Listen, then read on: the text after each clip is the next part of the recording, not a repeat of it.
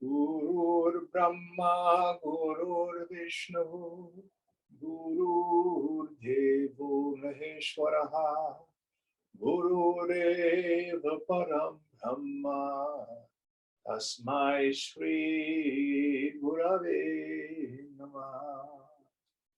Chinmayam Vyapyat Sarvam Trilokyam Sacharacharam Tatpadam Darshitam Yena Tasmai Shri Gurave Namaha.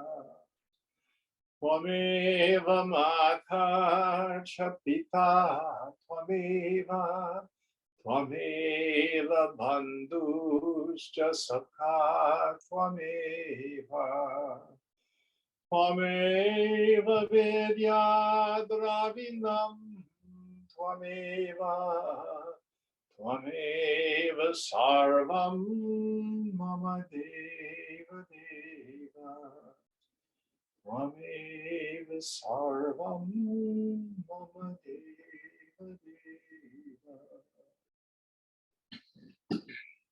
Jai Guru. Ya Devi Sarva Bhuteshu Mata Rupena Sanstita Namastasyai Namastasyai Namastasyai Namo Namaha. Ya Devi Sarva Bhuteshu Shakti Rupena Sanstita Namastasyai Namastasyai Namastasyai Namo Namaha.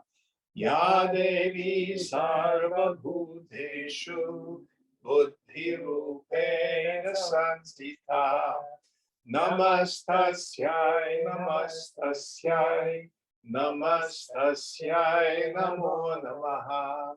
Ya Devi Sarva Bhuteshu Lakshmi Rupena Sanstita Namastasyai Namastasyai Namastasyai Namo Namaha.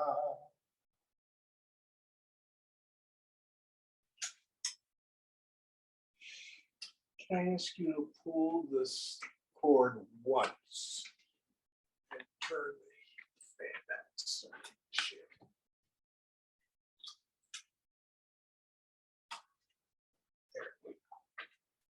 So we're in our last chapter. Can you all hear me out there in Zoom land?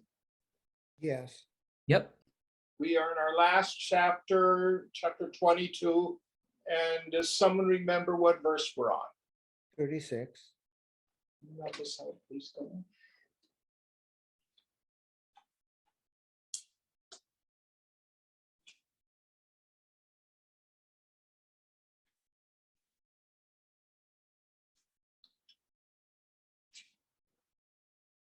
Do you have enough light over there? Yeah.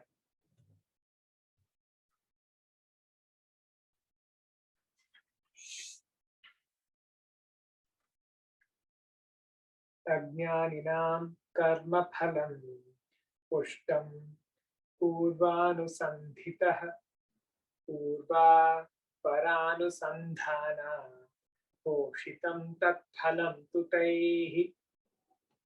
The fruit of actions of the ignorant ones is strong on account of prior consideration by them. That fruit has indeed been nourished by them through contemplation before and after the acquisition of the fruit, thus creating a strong impression of its reality. So the fruit of the action leaving a strong impression and binding us.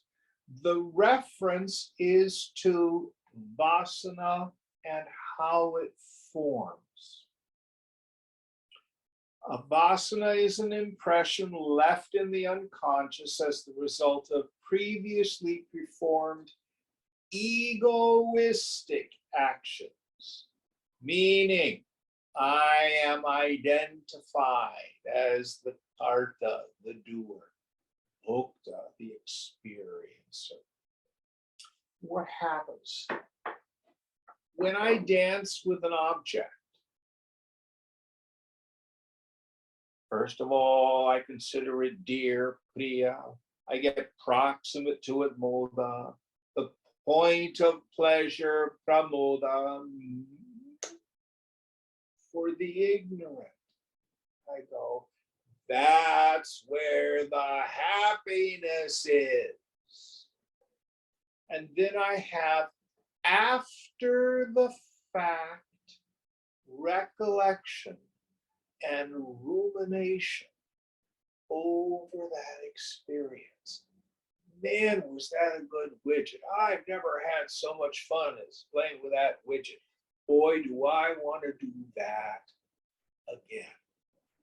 Or we think about it by projecting into the future. Oh, tomorrow's Friday, it's widget day. Oh, I'm really looking forward to tomorrow night when I get off work, I'm gonna go play with the widgets. So this is the kind of thinking that digs these deep grooves in the psyche. And remember, what is the great power of a vasana? First and foremost, veiling power of Varana Shakti. Meaning, my mind is veiled from knowledge of my true nature. Varana Shakti, then comes Vikshepa Shakti, the projecting power. I think I'm a person. I think the world is real, it's separate from me, and I get about the serious business of getting what I want. This is the way of the ignorant person. More, better, different. I'll be happy when. Gimme, gimme, gimme. The more we do it, the stronger that addictive relationship with the world gets. This is foundational to understanding what our problem is, because the yoga bala, the strength of yoga to be able to let go of the world, comes primarily through deep insight. Doesn't come from a moral position of trying to be a goody-goody. It won't work. Any thoughts on this? Next verse.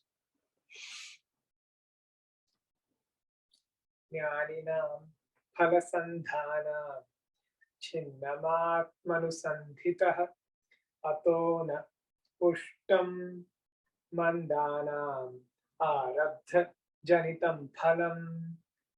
For those with slight knowledge, the consideration of the fruit is broken by investigation of the self. Therefore, the fruit generated by prarabdha karma is not strong. Yes, so those who've had some insight, it's what I call the yo-yo state. Sometimes I know, sometimes I get re-identified. Sometimes I know, sometimes I get re-identified. When I'm in that state of being identified, I suffer like any fool. But it's interesting, for those you have that very disquieting condition of a head full of Vedanta and a heart full of desire. Shankar will say, well, at least don't embrace a rotting corpse as if it were a beautiful bride. So what I recommend is watch your mind. Notice when you're wanting.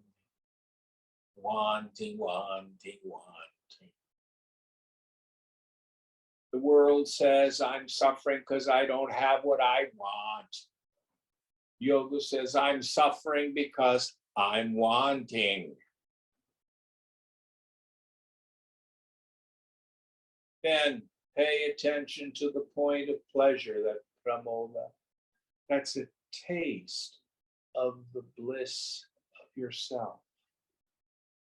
You need ice cream, beautiful music, and good sex all do the same thing to my mind? Yes. The happiness, the joy, the bliss will vary in intensity and duration, depending on how badly I wanted it and how much I was able to acquire the object and its duration.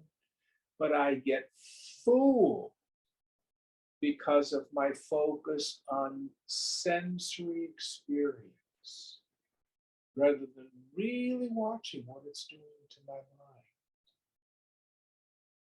Happiness is happiness. It's your self-nature. So I say, own your ananda. So in that yo-yo state, for those who have tenuous knowledge, when your mind is clear from the Avarana Shakti, I know who I am. It's easy to let go of the world, to watch the funny farm go by. But then that great mystery, ignorance overcomes the mind for a while. And then I'm just like any other fool. But the beauty is that I wake up again. Much like waking state, going to sleep and dream state. You go into the dream state at night, full of misery. You wake up in the morning and go, oh God, what a terrible dream. Thank God it was only a dream. So the person with tenuous knowledge can come in and out. Now, this text addresses it here, but Shankara addresses this in a beautiful way. It's one of my favorite verses in Viveka Chudamani, verse 267. Shankara says, even after realization of the truth, there's a strong impression that I am the doer and the enjoyer, which is the cause for rebirth. Rebirth here doesn't mean I come back as a lizard. Here it means I get re-identified. Then he says, this needs to be conscientiously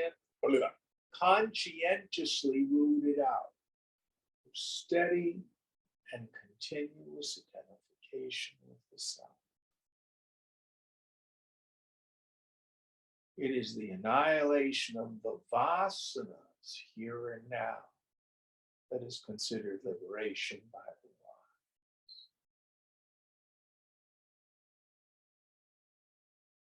So if you're in that yo-yo state, sometimes you know, sometimes you don't know. Stay with this slogan. If I feel like a person, I'm deluded. Ego will tell me, resolve the struggle of ego. Yoga tells me, drop that jiva bhavana, drop that identification with a personal sense of self. Let it go. Go hum. Who am I?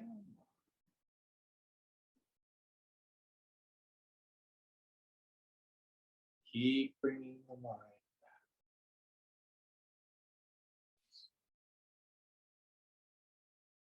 Now, is there any promise that we will move beyond the tenuous state of knowledge? No. Prarabdha. But if you want a tool to get out of the suffering, this is what I recommend. Any thoughts on this? I have a question, Jim. Yes. How is this done? I'm just thinking for myself. I tend to forget most when I'm engaged in like a task at work, when I need to be very carefully doing something like fixing a machine or something like that, or dealing with a customer or, a client or something, and it feels difficult to turn the mind inward while also still using the mind outwardly, if that makes sense. Yes. That's why, for example, in a lot of Zen monasteries, they put the newcomer in the gift shop and on the telephone. And they take the advanced monks and they work in the garden, just raking, or in the kitchen, cooking. It is hard. So what I can suggest is this, Jory. Pay attention to when your heart moves. Basically, in the end, working in the world and not thinking about the self is not a problem. The thought that I am Brahman is not anything more than a tool. For example, do you know you have a human body?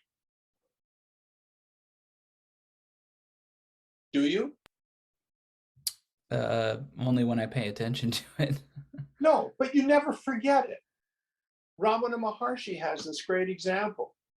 You don't wake up in the morning or sometime through the day, have this strange idea, I'm a goat or a cow or a horse or a pig. And you don't have to be thinking about it all the time to know this. But if you were to have the thought, I'm a goat or a cow or a horse or a pig, then do the practice. So as you're moving through the day, and let's say you're dealing with a customer, and all of a sudden they get angry at you or they call you an idiot, and you get identified, then you'll know it. Because your heart will move. You'll be disturbed. You'll be upset. Is that making sense? Yeah, completely. Thank you. That's the point when you do the yoga. You do the jnana abhyasa. Now, the other technique that I would recommend, we usually get identified on the positive side of the equation. Most of us are more than happy to renounce our identification when we're suffering. But for example, if you're at a meeting and you do a presentation of, oh, Jory, that was so good. You're so smart. You're so talented. Oh, you're the, if inside you go, oh, me, I am so wonderful. No, let it pass through. You graciously say thank you, and you don't let it land. Stay empty, empty, empty. Then when someone says you're a jerk or you're stupid, that goes right on through. Thank you for the criticism. I'll work on it. And you just let it go through. Is that useful? Yeah, very much. Thank you, Jim. But if you're sitting at the computer and you're just, working on stuff, there's no problem with that. There's no problem.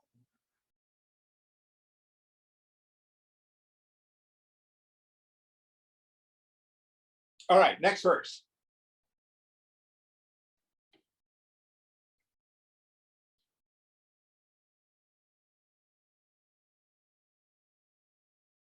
Madhyanam jnaninam tacca phalam mandasushuktishu mashakadi kritam dukkham ivatat sukshmatam gatam.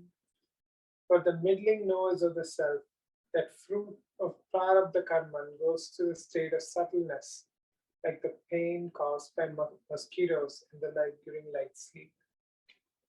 So for the middling kind of yogis, they are aware of prarabdha. Just like when you're sound asleep and a mosquito bites you, you're kind of aware of it, but you're not totally conscious of it. What does he mean, practically speaking? So The mind is happy, sukha, in conducive environments. It is unhappy, dukkha, in non-conducive environments. What it considers conducive and non-conducive is so mindless, habitual, and mechanical. So you may be moving through your day and you're very clear that you are that eternal witness of everything. And you might watch your mind get annoyed at such and such and so and so. You don't have to act on it. You don't become a jerk. You just notice it. Or on the other hand, you may find your mind, you see good looking woman or a good looking fellow.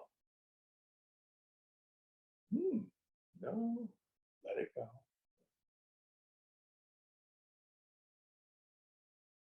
No problem. No problem.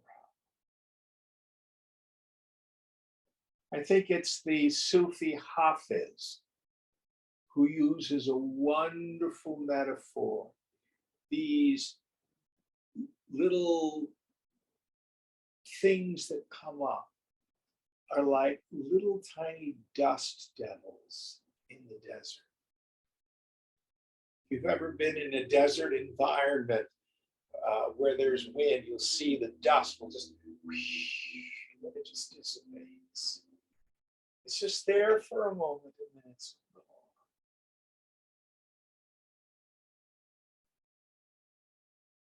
It's a wonderful image, wonderful.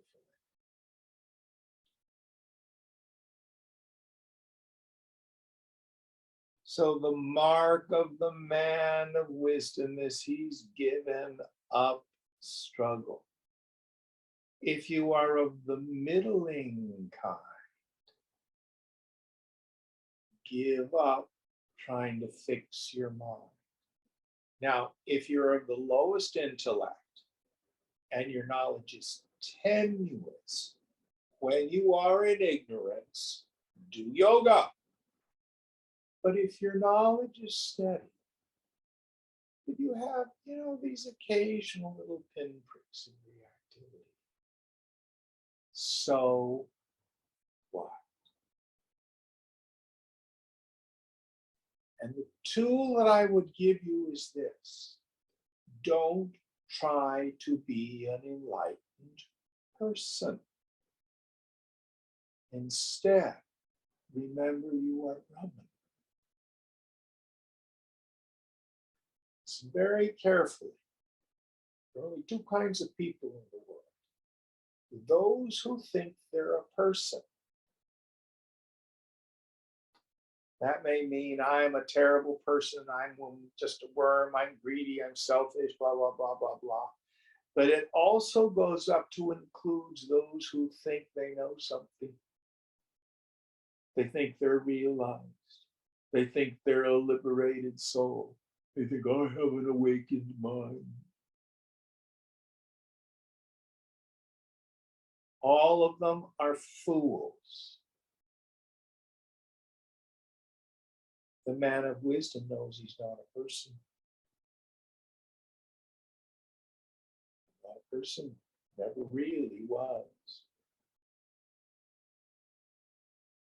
Aham Brahmasmi.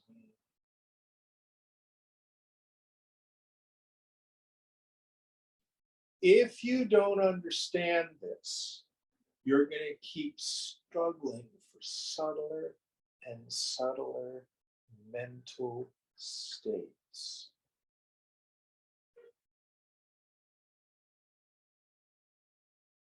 Then you're not even a jnani because you're struggling to become another kind of person. The mark of the man of wisdom is that he's given up all struggle.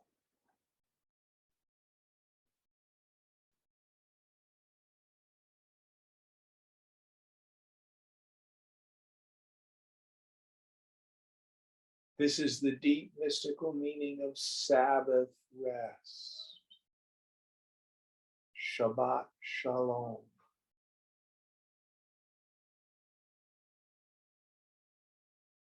When all our strivings cease. Yeah, but what about Nirvikalpa Samadhi? Yeah, but what? Drop it. Drop it. Be at peace.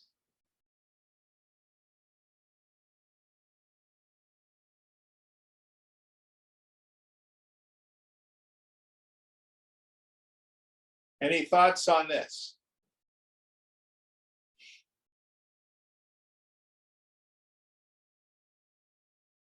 Next verse.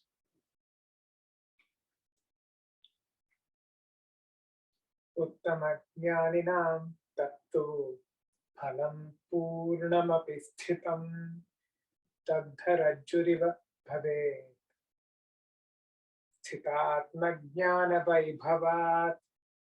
But for the highest knowers of the self, that fruit of prarabdha karma, though existing completely from the point of view of others, would be like a burnt rope, incapable of binding the sage by reason of the greatness of steady self-knowledge. Yes. So we have these two metaphors, burnt rope, roasted seeds. So if you go camping and you have like a Coleman lantern, or if you're in India and there's a large lamp for ritual and it's got a braided wick, if the oil runs out, the wick burns, and you look at it and it looks still like a braided piece of rope. But if you touch it, just ash. Or burnt seeds. You want to sprout some mung beans, you buy mung beans, you moisten them in the paper towel and do all that stuff. You can grow your own mung sprouts. But if you put them in a frying pan and you saute them, they look exactly the same, but they do not sprout.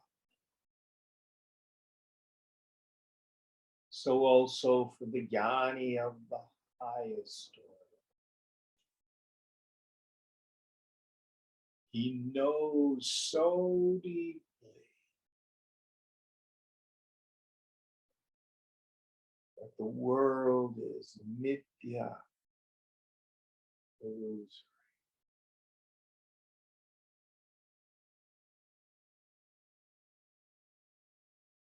He no longer takes any of it as real.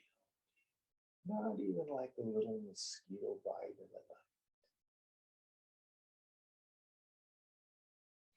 Now, in Viveka Chudamani again, one of the sections towards the end of the book. Have we talked about this, the three kinds of karmas, Sanchita, Prarabdha, and Agami karma? Have we done that in this class? Yeah, we did it. Did we do it a couple weeks ago or last week? Yeah, I think so. Yeah. But let me review the whole point. So the Sanchita karma, the karmas of the past which have yet to fructify, Agami karmas, the karmas that we set up in this lifetime for the future, both are roasted in the fires of knowledge. All that's left at the level of the body is what the body goes through in this life. Now, this teaching is for the ignorant to explain what they see when they see the body of the man of wisdom.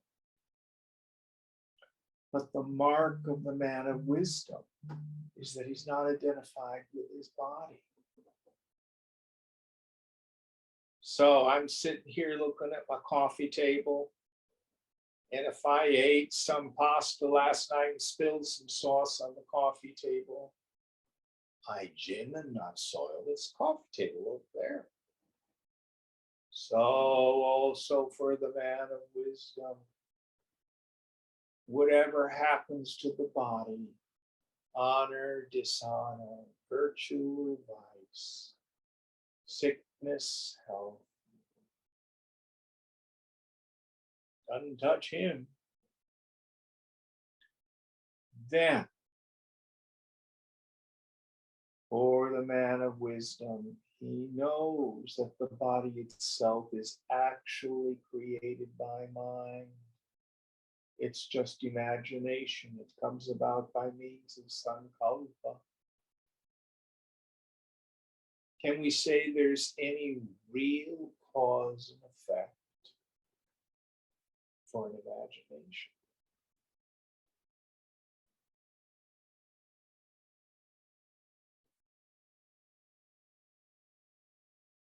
My shadow fell in the gutter when I was walking down the street. Oh, it's being punished because it went out drinking last night. Nonsense.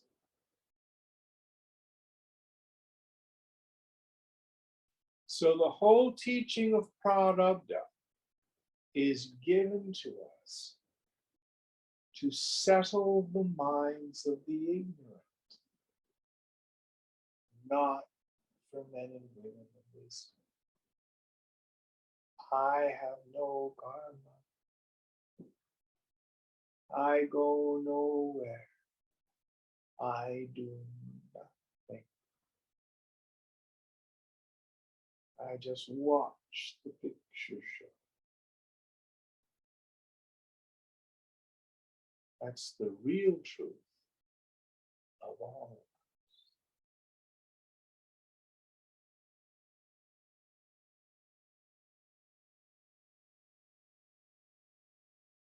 Any thoughts on this? Next verse.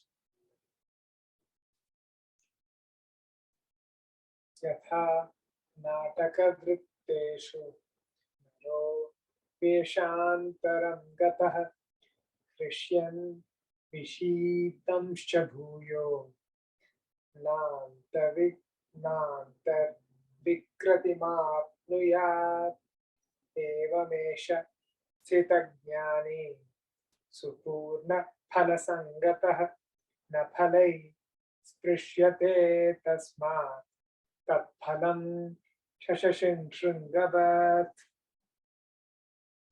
As a man being in a different guise in dramatic performances cannot undergo changes internally or in the mind,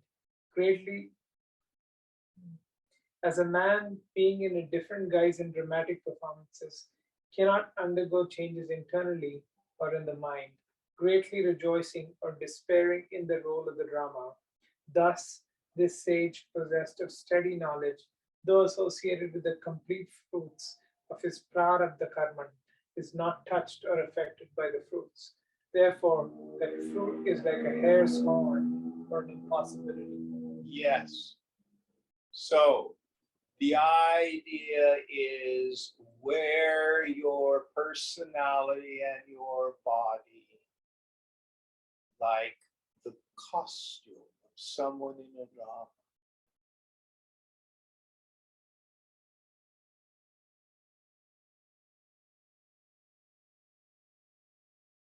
Young people are this way a lot. Udeme, I don't know if they do it as much in India, but young people here, oftentimes teenagers, they'll have a look with which they identify.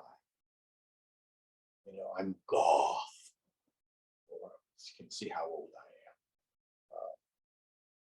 or a particular way they dress, the kind of way they do their hair, stuff like that. And their identity is with a look.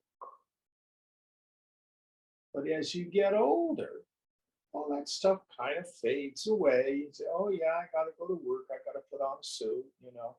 Oh well, no, I'm gonna go wash the car, I'm gonna wear jeans and a t-shirt. Oh, I'm gonna go running in the park, I'm gonna put on some shorts and a tank top. You can change your clothing and you don't feel like it's a big deal. We're not identified with our apparel. So the man of wisdom moves through the world appropriate to whatever circumstances his body is in. When you're at work, you're a worker. When you're at a party, you're a partier. Satsang, you're a yogi.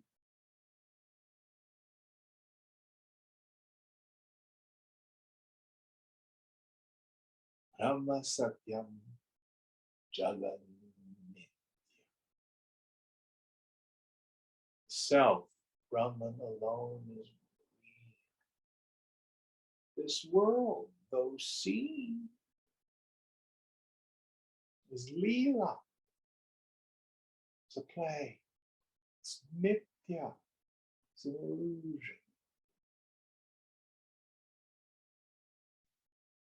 He's never involved or engaged.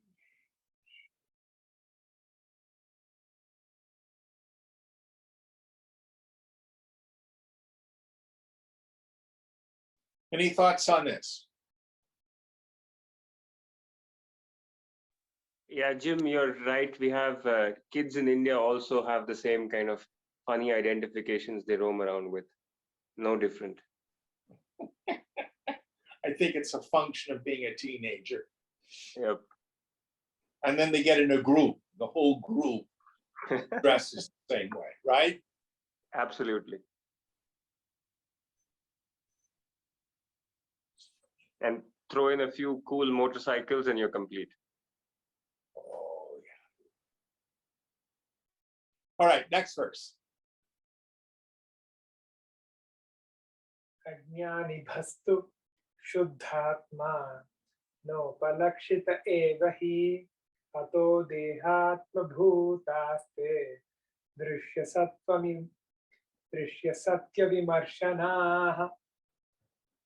But the pure self is surely not perceived by ignorant persons. Therefore, they are the ones for whom the body has become the self, and they have the consideration of reality in known objects. Yes. So the mark of the person of ignorance, when the mind is under the influence of avidya, ignorance, of varna shakti, veiling power, I think I'm my body, or my body plus my personality, and I think the phenomenal world is separate from me.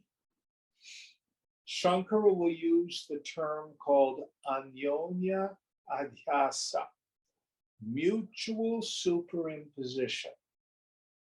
So I superimpose upon myself the qualities of the not self. I think on my body, I think on my mind, I think on my thoughts, I think on the various ego states. But the other thing is I superimpose on the phenomenal world. I externalize the qualities of my own self, my self-nature. Meaning, I see Ganesh over there. And he's a separate sentient being over there.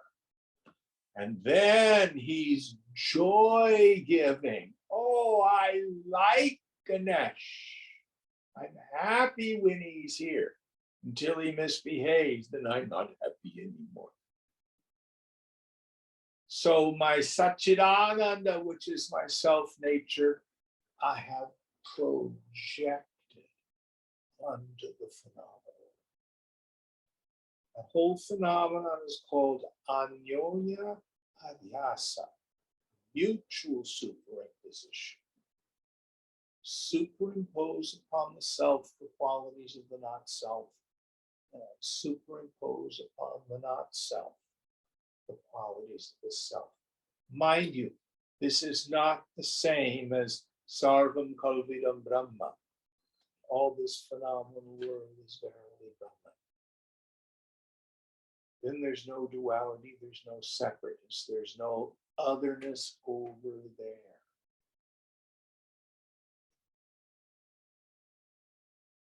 Next verse. Manda jnani bhiratmatu vidita shuddha chinmayah jagat cha satyato drishtam तथाप्यभ्यासमान्यतः प्राग्वासनाकृत ज्ञानास्ते देहात्म देहात्म प्रभासनम जगतः सत्यभासां मध्ये मध्ये समाययुः. But the self is known as having the nature of pure consciousness by those possessed of slight knowledge, that is, jnanins, who are lowest in the scale, the knowers of the self. The world also is perceived as unreal. Even then, on account of the weak state of practice, they have attained, repeatedly in the middle, the semblance of reality of the world and the appearance of the body as a self, their knowledge having been divided by form of mental impressions. So for those with tenuous knowledge, they do know their self-nature. And they do know the fundamental unreality of the world. But such is the power of Maya, that ignorance overcomes the mind and we forget. There's a wonderful hymn of Shankar. I can't remember the name of it, but it's Prata Smarami Hriddi. Pratasmarami? Pardon me? Pratasmarami. Yeah. But anyway, Swamiji translates it: in the early hours of the morning, I meditated my heart on the essential self. Smarami doesn't mean meditate. It means I remember. I always think of Shankara in the early morning hours. The sun's coming up in Kerala. Oh.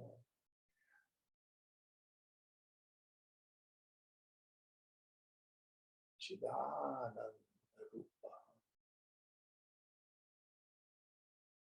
Shivoha.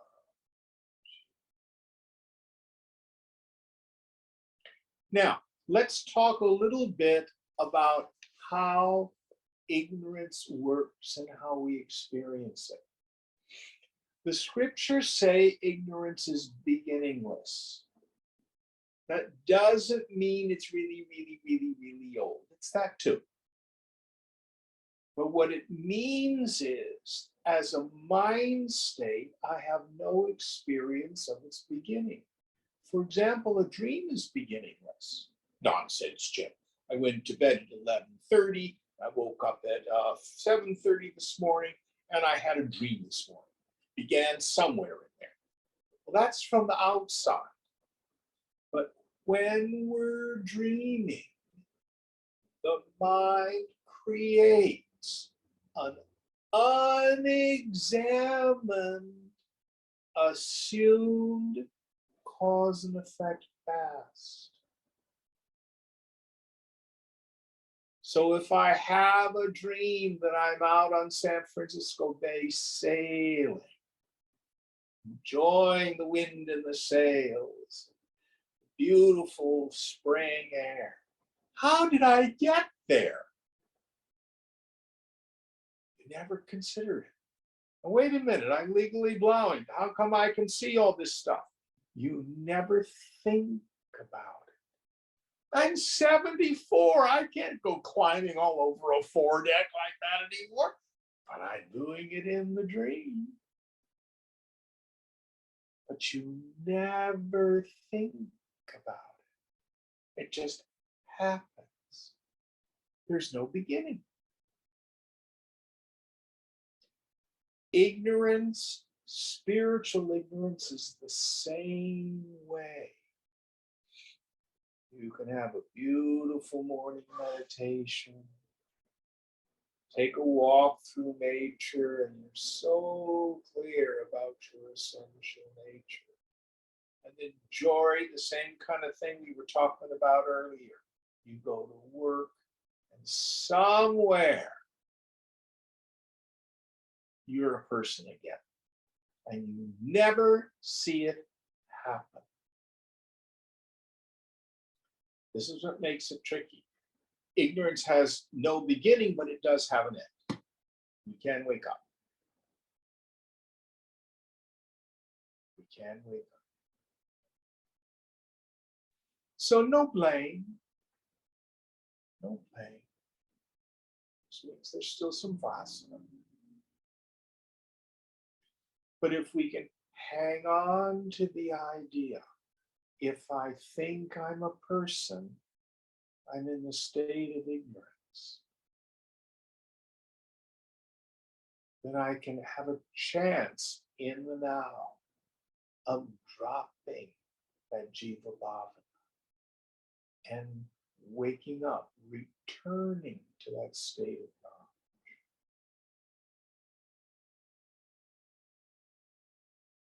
Any thoughts on this?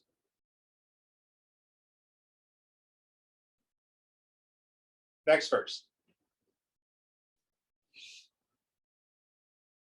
Bhuyo jnanavasanaya vidhanvatyat satim drisham vasanaivam satyamithya ajnanayosh vasanaivam satyamithya jnanayoshcha parasparam milita mandajnaninam ato madhye phalam sphutam. But they shake off the false perception, again by their mental impression due to knowledge.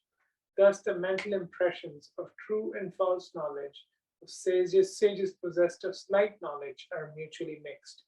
Therefore the fruit of prarabdha karma is manifested in the middle. So, how do we deal with it when I've fallen into ignorance?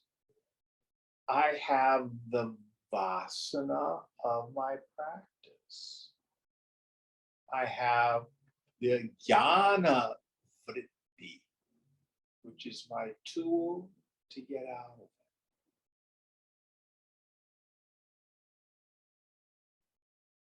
So I'm able to drop it, drop it, drop it. In Yoga Vasishta, there's a wonderful story. I think is it Shambhala? That's his name, isn't it? The king of the demons? If there is one story. Yeah. So Shambhala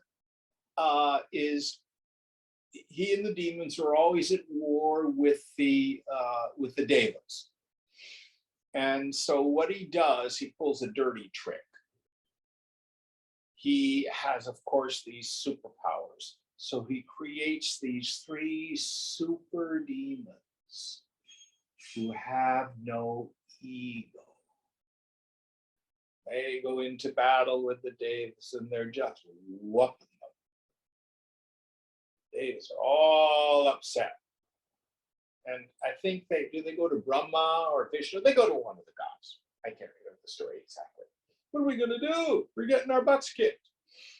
And they're told, go back, engage them in battle, then feign defeat and run away, and do it over and over again.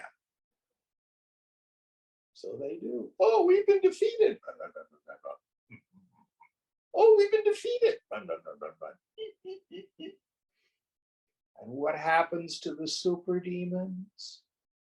They engage in chintya, after the fact rumination over their success. And once they do that, they develop pride. Once they develop pride, they develop bhaya, fear. Once they develop fear, the devas can defeat them. Shambhala is a little pissed off at this. So he does Terminator 2, Super Demon 2.0. These are demons who are not only without ego, they are Shrotriya. Meaning not that they can parrot back verses from scripture, but they understand through their study of scripture, how to remove egoism if it tries to assert itself.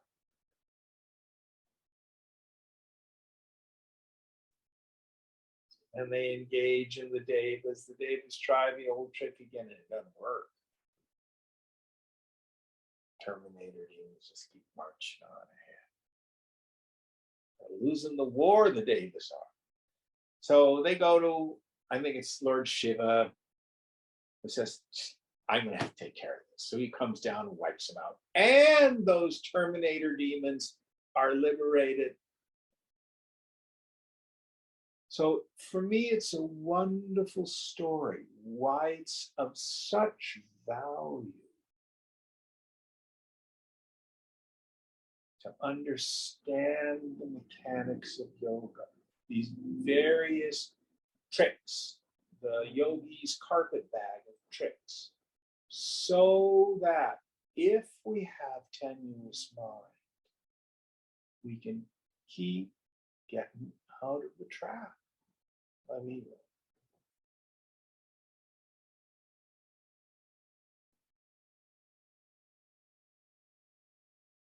All right, next verse.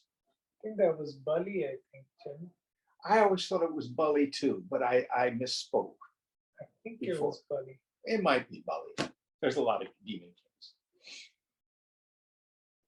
Sameti vasane chaite nahitulye mahisura satya jnana vasanaya bhajyate vasana para nacha mithya vasanaya bhajyate satya vasana. Brahmana. Though these two mental impressions are similar, having similar continuity, they're indeed not equal in effect. The mental impression due to the knowledge of the false objects is obstructed by the mental impression due to the knowledge of reality. But the mental impression due to reality is not obstructed by the mental impression due to the false objects. So, what is he saying here? Both bondage and liberation occur to the mind. The self is ever free. The most miserable of creatures, you go up to them and say, do you exist? Of course I exist. What's your existence like? My existence is miserable. Do you know your misery? Of course I know my misery. I know. In truth, the knowledge of the self is never obstructed. So what's the problem? The stupid mind. What is my bondage? It is that ajnana vritti, that ajnana vasana that the scripture is talking about. Meaning, I do not know who I am. Subsequently, I think I'm bound. I think I'm my body. And I, as Shakespeare says, grunt and sweat under a weary life and afraid of death. What is liberation? There is no other liberation than the deeply rooted conviction in the mind that I'm free. Not that I'm a realized person or a great Mahatma, but I am Brahman. That is rooted in direct experience. And it is so firm that the ajnana vritti cannot overcome it. Now, you don't get there by, I am Brahman, I am Brahman, I am Brahman, I am Brahman. No. That's vain speech, vain repetition. It's gain vicharena, by means of investigation.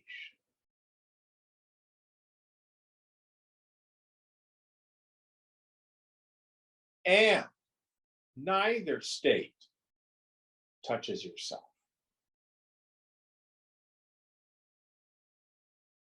the self does not get realized. The self is already realized.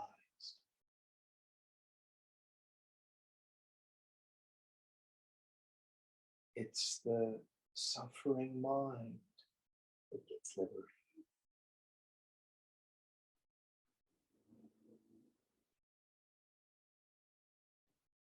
Any thoughts on this?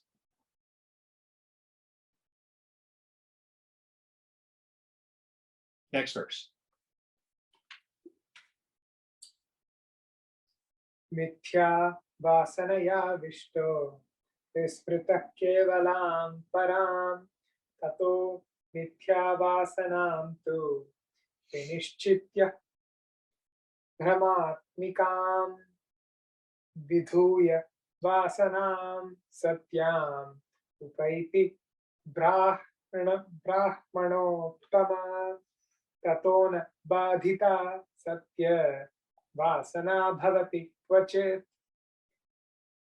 Best of brahmanas, one who is overcome by the mental impression due to false objects and who has forgotten the highest and pure mental impressions due to reality, then ascertaining the mental impression due to false objects as consisting of delusion and shaking it off, obtains the mental impression due to reality. Afterwards, the mental impression due to reality is not obstructed in any case. No.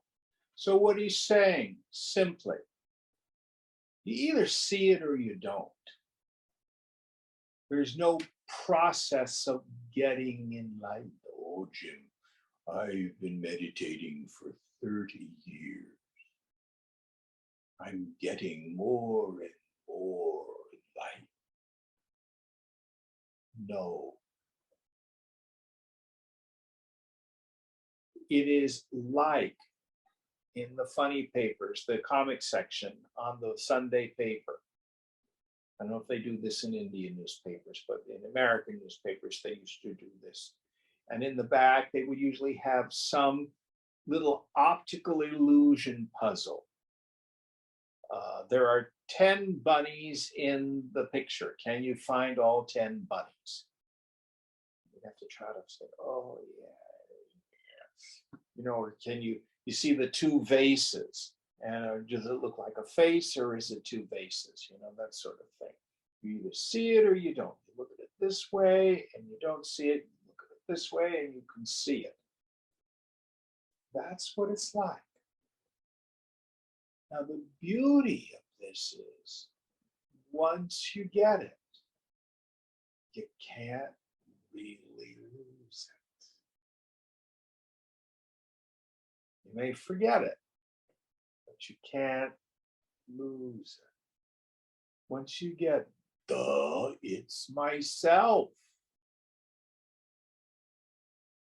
And when I've gone through that process of quietening the mind, letting go of my identifications and attachments, and introverting the attentive faculty, and in those still moments, it's very clear to me my essential nature is empty.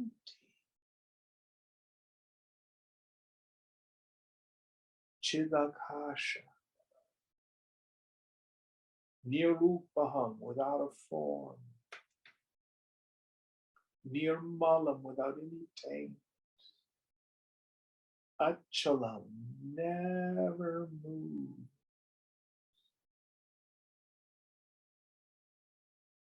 And it's me. It doesn't go away when the mind returns. You're still you. So no matter what state the mind is in, when are you ever not you? I remember I had a student back in the 90s. Sweet, sweet kid. And what he said was 10 years earlier, he had been on an acid trip, LSD. And he'd had a vision of the self, he'd realized it. And he really wanted to get back there. I'm sure it was a marvelous mind state. But when I would ask him, well, are you experiencing it now? No. And then I would say, well, whatever state your mind is in now, who knows it? And he just could not let go of that drug experience.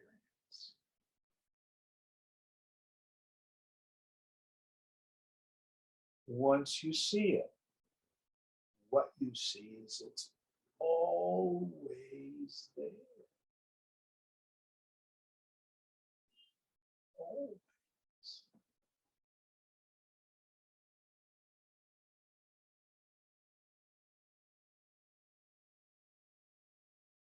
You're not a person anymore.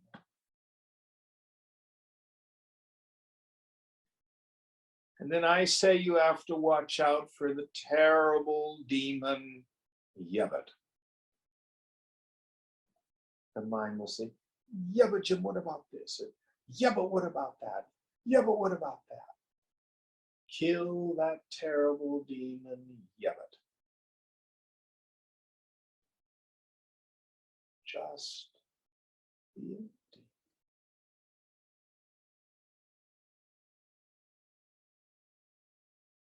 Be at peace.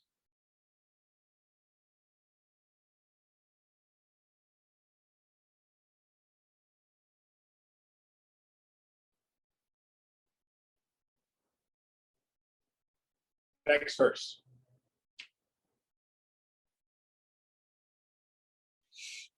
Madhyamasya smritirno na mithya jnanameva cha avismritasyechaiva mithya jnanam kvachit bhavet. For the middling knower of the self, there is no forgetfulness of the mental impressions due to reality, nor is there false knowledge also. For him who has not forgotten the mental impression due to reality, false knowledge or knowledge of false objects would occur in some cases by their own will for the performance of their usual actions. So basically, he's saying for the middling Jnani, their knowledge is steady. At times, they may react to the phenomenal world, but they don't take it as essentially real. Even if you get triggered, that's the modern term that people use, you still know who you are. You never think you're a person anymore. All right, I think we'll quit here. And we have a minute or so left. Do we have any questions or comments? This is all summary material that we've gone over exhaustively in previous classes. Jim, when they say forgetfulness and then no forgetfulness and nor is there false knowledge, is that shorthand for the veiling and projecting? Exactly. Now, again, right now you may have knowledge, I am my body. Just because you're working at the computer and you don't have the thought, I am a human being, doesn't mean you've lost the knowledge that you have a human body. It's not the same thing. So don't confuse this with having the constant idea in my mind, I'm the self, I'm the self, I'm the self, I'm the self, I'm the self. No, you don't need to be doing that. But if at work you have the thought, I don't know what I'm going to do about the future, I so regret the past, and what are they going to think of me? And if that seems real, then you've got a problem. Can you understand the difference?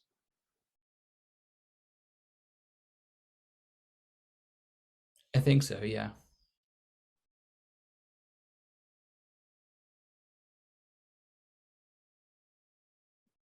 Any other questions? So what I say, as long as you still have doubts, abhyasa vairagyacha, practice renunciation. You do tapas until you don't have any more doubts. You won't get your doubts resolved necessarily by getting the answer to a question. You get your doubts will go away when you have scrubbed off the doubter enough to see he's stupid.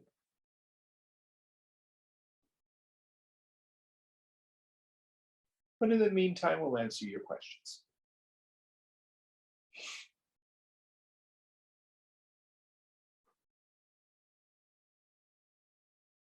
All right. Om Purnamada Purnamidam Purnat Purnamudachyate Purnasya Purnamadaya Purnamevavashishyate. Om Shanti Shanti Shanti. Hari Om Sri Gurubhyo Namaha. Hari Om. Child ears. Thank you, Jim. Good night. Thank you. Good night. Thank you. Night, Jim. Now, before you dash,